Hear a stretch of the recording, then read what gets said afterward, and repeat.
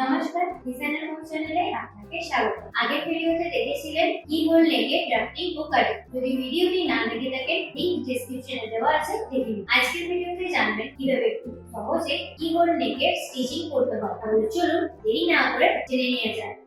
এটা ফ্রন্ট নেক ও ব্যাক নেকটা কিভাবে এই জিনিসটা তৈরি করেছি সেটা ড্রাফটিং ও কাটিং এর যে ভিডিওটা আছে সেই ভিডিওতে আপনি দেখতে পাবেন। তো এখন যেটা করব সেটা হলো এই ভি পয়েন্ট করা রয়েছে, তো এই ভি পয়েন্টে পুরো স্টিচ করব না। এই পয়েন্ট থেকে এক লাইন অবধি উপরে যাব, দেন এখানে একটা স্ট্রেট লাইন টানবো। এখানে আমি এক লাইন উপরে গেছি, এখানে মার্ক করেছি এবং এই মার্কিংটাকে আমি এখানে একটা স্ট্রেট লাইন টেনে নিয়েছি। এটা করার কারণ হলো এই ফেব্রিকটাকে যখন পাল্টিয়ে সামনের দিকে নিয়ে আসবো তখন সেটা প্রবলেম হবে ও ঠিকঠাক ভাবে পয়েন্টটা আসবে না। তো সেই কারণে এক লাইন উপরে যদি আমরা স্টিচটা করি তখন ওই প্রবলেমটা আর হবে না এবং আমাদের পয়েন্টটা খুব ভালোভাবে হবে। পুরো যে ফেব্রিকটা রয়েছে এই ফেব্রিকটাকে তো আমরা এইভাবে তো ফোল্ড করতে পারবো না। এইখানটা আমরা কিভাবে করব, এখানে যেহেতু পয়েন্ট আছে তো এখানে কন বরাবর আমরা ফেব্রিকটাকে কেটে নেবো। পুরো পেপার ক্যানভাসটা যত দূর অব্দি রয়েছে এক্সাক্ট কর্ন অব্দি আমরা কেটে নেব। এইভাবে তা কেটে নিতে হবে। সেম ভাবে এই সাইড দিকটাও আমি কেটে নেব। এভাবে আমি দুদিকটা কেটে নিয়েছি।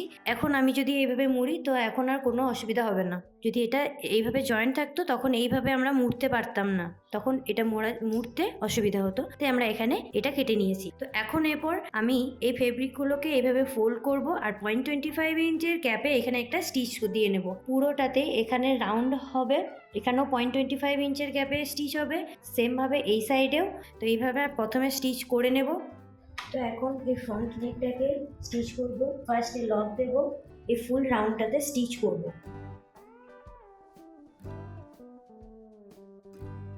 যেখানে আমরা কেটেছি সেই জায়গাতে আসার পর এখানে একটা লক দিয়ে নিয়েছি। তারপর আমি আবার ওই স্টিচটাকে 0.25 ইঞ্চের ক্যাপে এত দূর অব্দি নিয়ে আসবো। এই স্ট্রেট জায়গাটাতে আমরা 0.25 ইঞ্চের ক্যাপে আবার স্টিচ করব। সেম ভাবে এই সাইডেও আমি স্টিচটা করে নেব।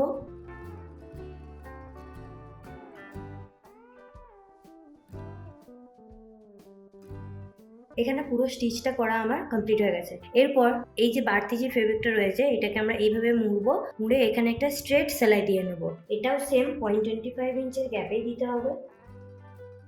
এভাবে পুরো নেকটা এখানে আমার সাইডগুলো ফোল্ড করা কমপ্লিট হয়ে গেছে। এখন এই বাড়তি যে ফেব্রিকগুলো রয়েছে এই বাড়তি ফেব্রিকগুলোকে এখন কেটে নেব। একবারে কাট টু কাট যাতে সেলাইটা না কেটে যায় এভাবে আমরা ফেব্রিকটাকে কেটে নেব।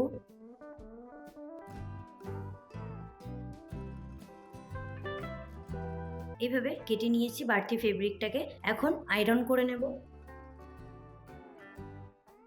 ফ্রন্ট নেকটা এরপর এই ফেব্রিকটাতে আমরা অ্যাটাচ করব। এই নেকটা আমি পেছন দিকে দেখাতে চাই, ফ্রন্টে রাখতে চাই না। এই ফেব্রিকটার এটা হলো ব্যাক সাইড আর এটা হলো ফ্রন্ট সাইড। এই ফেব্রিকটার ফ্রন্ট সাইড আর এই যে নেকের যে ফেব্রিকটা ফ্রন্ট দিকে সাইডটাতে আমরা এখানে ম্যাচ করব। যেখানে এই মার্কিংটা করা আছে সেই মার্কিং এ আমি এখানে একটা স্টিচ দিয়ে নেব। দেন এই পয়েন্টটা কি করে করব সেটাও দেখবেন। তারপর এই যে নেকের ফেব্রিকটা রয়েছে এই নেকের ফেব্রিকটাকে আমরা পেছন দিকে পাল্টি করে দেবো। পাল্টি করে দিলে এই নেকের ফেব্রিকটা পেছন দিকে চলে আসবে। প্যাক নেকে দেখেছেন যে কিভাবে এই নেকের ফেব্রিকটাকে সামনের দিকে নিয়ে আসতে হয়, আর এই নেকটাতে কি করে পেছন দিকে নিয়ে যেতে হয় সেটা জানতে পারবেন। এখানে পয়েন্ট রয়েছে, তো সেই পয়েন্টে এখানে ম্যাচ করবো। এরপরে যেটা করতে হবে ঠিক মিডিল বরাবর এই নেকের ফেব্রিকটা বসেছে কিনা আমাদের চেক করে নিতে হবে। তো আমি এখানে মেজারমেন্ট টেপ নিয়েছি। এই সাইডে আমি ফার্স্ট চেক করব। এই সাইডে আছে 3.5 ইঞ্চের উপর এক লাইন। এই সাইডে এখন চেক করব, একটু এই সাইড দিকে চলে গেছে, তো আমি ঠিকভাবে এটাকে ম্যাচ করব। আমার দু সাইডে মেজারমেন্টটা আমার সেম আসছে। এই ফেব্রিকটা এখন মিডিলেই রয়েছে। দুদিকে চেক করার পর আমি এখানে পিন দিয়ে আটকে নিয়েছি। এরপর এই লাইন বরাবর আমি এখানে স্টিচ করে নেব। তো ফার্স্টে এখানে আমি একটা লক দেব, এখানেও লক দেব। এটা রাউন্ড স্টিচ হচ্ছে, তাই রাউন্ড স্টিচ করতে করতে যে জিনিসটা খেয়াল রাখতে হবে আমরা যখন ফেব্রিকটাকে ঘোরাবো তখন চুঁচটা নিচের দিকে থাকবে, উপরে থাকবে না। উপর দিকে থাকলে কিন্তু পারফেক্ট রাউন্ড হবে না, হালকা পয়েন্ট চলে আসবে।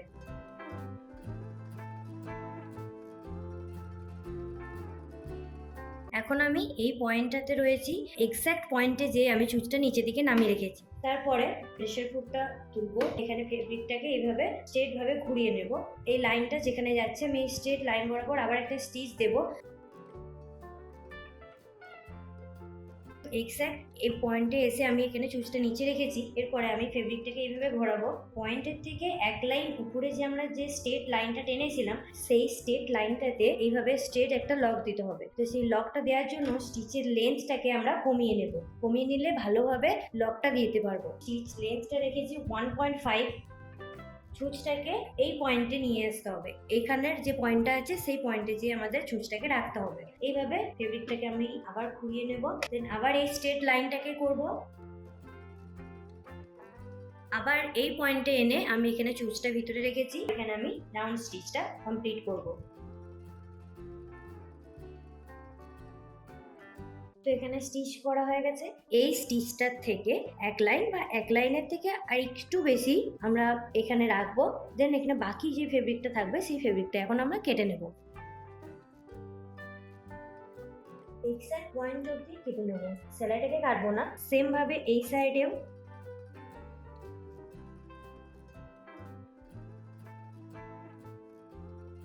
এইভাবে আমাদের কাটিং হয়ে গেছে। এরপর এই রাউন্ডে এখানে ছোট ছোট কাট করে নেব।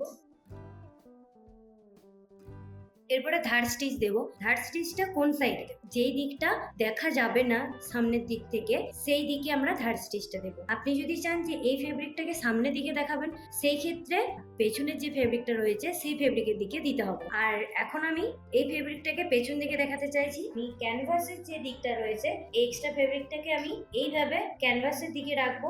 এই পেপার ক্যানভাসে আমি ধার স্টিচ নেব। আর এখানে পয়েন্ট অবধি যদি আপনি দিতে পারেন তো অবশ্যই দিন, আর যদি না পারেন তাহলে কোনো অসুবিধা নেই। তো এইভাবে পুরো ফেব্রিকটা ক্যানভাসের দিকে নিয়ে যাব। এরপরে এখানে আমি ধার স্টিচ দিয়ে নেব।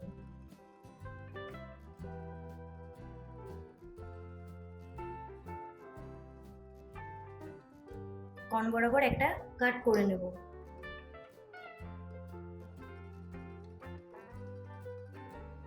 এখানে এই যে কনটা রয়েছে, এটা আমরা কিভাবে পাল্টি করব?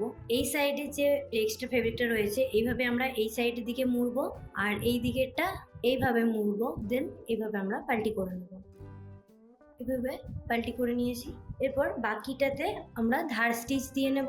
এখানটাতে ধার স্টিচ দেওয়া যাবে না, তাই এখানটাতে ধার স্টিচ আমি দেবো না। তো এটা ধার স্টিচ দিয়ে নিই, দিয়ে আপনার সাথে দেখা হচ্ছে। ধার স্টিচ দেওয়া হয়ে গেছে। আমরা এই ধার স্টিচের যে সেলাইটা, এই সেলাইটাকে আমরা ভিতর দিকে করবো। দেখুন এখানে আমাদের এক্স্যাক্ট কর্ন হয়ে চলে এসছে। কিন্তু এক্স্যাক্ট পয়েন্টে করতে যেতাম তখন কিন্তু সমস্যা হতো, পাল্টানো যেত না। যেহেতু আমরা এক লাইন উপরে এসে স্টিচটা দিয়েছি, তো সেই কারণে এক্স্যাক্ট কর্ন চলে এসছে। এখন এই পুরো নেকটাকে আয়রন করে নেব।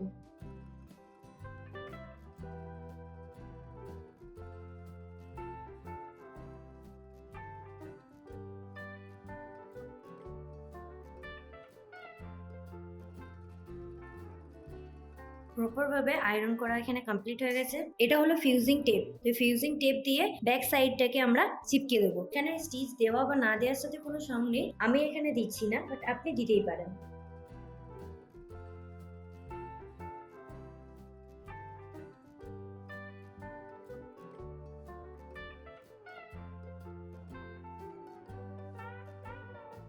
এখানে আয়রন করে দিলে এই ফিউজিং টেপটা এখানে চিটে যাবে। দেখুন এটা আর ছাড়বে না।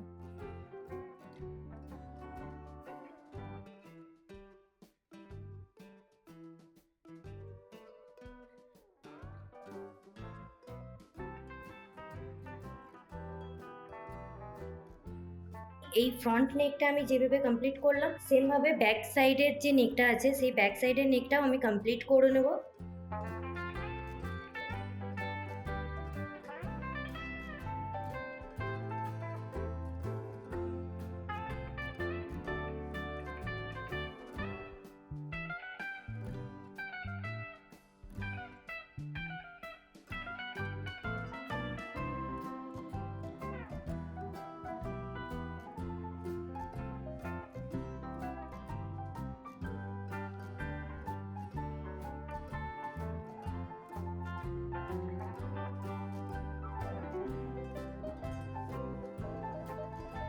নেক্সট এবারে শোল্ডার জয়েন করব। এই শোল্ডারে 1/2 ইঞ্চ করে মার্কিং করে নেব।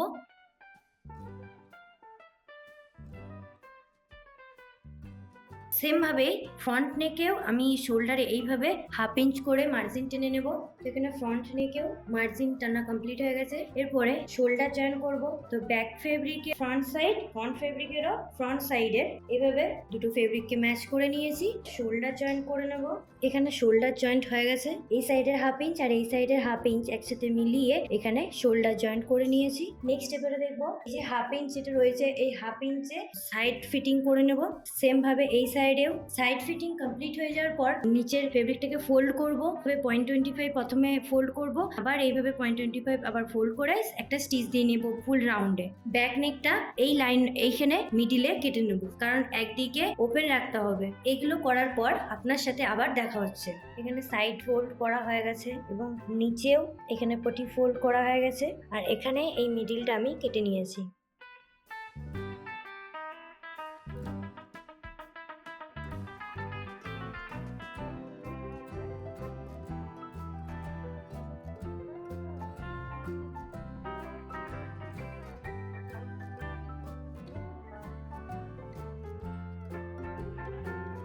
এটা ছিল কি হোল নেকের ফাইনাল লুক।